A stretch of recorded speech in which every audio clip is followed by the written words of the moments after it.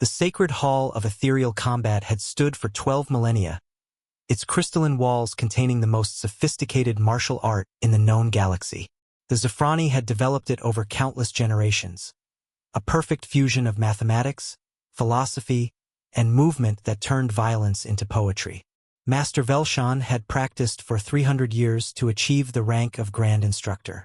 His movements were precise to the nanometer, each gesture calculated through quantum probability matrices that predicted an opponent's actions 17 moves in advance. Which is why he wasn't prepared when Private Jake Martinez learned the entire system in 37 minutes. So, let me get this straight, Jake said, standing in the center of the practice circle, while 47 alien students watched in reverent silence. You calculate the angle of approach based on your opponent's center of gravity, factor in the gravitational constant of whatever planet you're on, and then strike at these specific points? Master Velshan's forearms moved in an intricate pattern of agreement. The human mind cannot possibly process such calculations in combat. It takes decades merely to understand the first principle of. Jake threw a punch. It was ugly, brutal, and completely wrong by every standard the Zafrani had developed. It also perfectly intercepted Master Velshan's defensive sphere at the exact quantum intersection point that should have taken a supercomputer to calculate. The hall fell silent. How? Velshan whispered, his bioluminescent skin flickering in confusion. Jake shrugged. I don't know. It just felt like that's where my fist should go. Like when you're playing catch and you just know where the ball's going to be. From the observation deck, Ambassador Catherine Walsh watched with a mixture of pride and exasperation. This was the seventh martial art humanity had ruined, through what xenopsychologists were calling aggressive intuition. Your species doesn't calculate? Asked Director Thaimon, his tentacles writhing in distress as Jake proceeded to execute a perfect seventh harmony spiral, a move that supposedly required understanding of non-Euclidean geometry. We do, Catherine admitted, but mostly after the fact, to figure out what we did.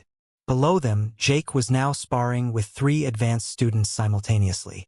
The Corvani, who moved like liquid mercury, found themselves consistently outmaneuvered by what Jake called good old-fashioned reflexes.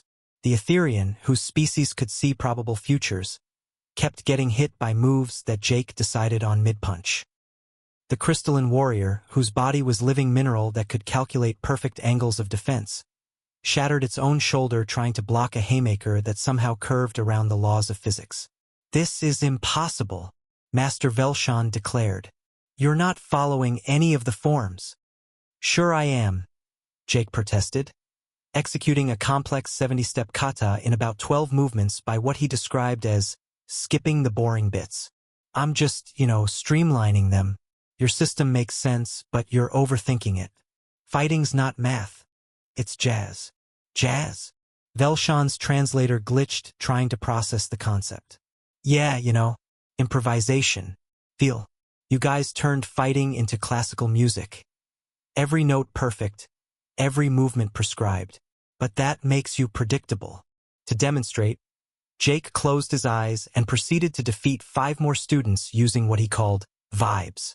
The really terrifying part, Catherine reflected, wasn't that Jake had mastered their martial art. It was that he'd improved it. Within an hour, he'd identified 17 redundancies in their forms, eliminated unnecessary movements that looked pretty but served no function, and somehow created counters to moves that the Zafrani insisted had no counters. Your soldier is destroying 3,000 years of tradition, Director Thaimon observed. Yeah, he does that, Catherine sighed. Last week he solved their unsolvable maze by walking through the walls.